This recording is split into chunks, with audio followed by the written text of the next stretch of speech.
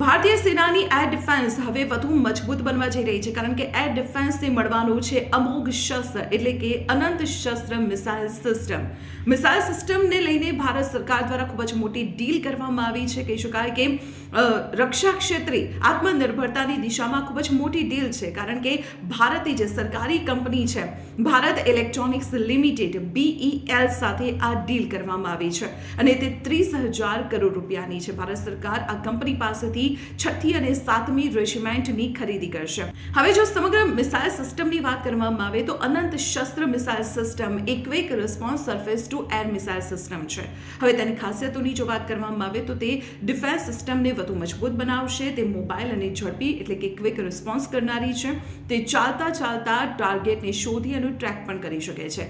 ઓછા સમયમાં ફાયરિંગ કરવાની પણ ક્ષમતા ધરાવે છે. તેની રેન્જ કેપેસિટીની વાત કરવામાં આવે તો 30 કિલોમીટરની છે. આ ઉપરાંત તે શોર્ટ અને મીડિયમ મિસાઇલ સિસ્ટમને સપોર્ટ કરનારી સિસ્ટમ પણ બની રહેશે.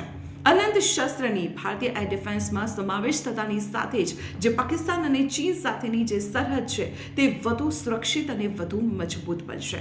આવી જ મહત્વપૂર્ણ જાણકારી માટે આપ જોડાયેલા રહો સંદેશ ડિજિટલ સાથે.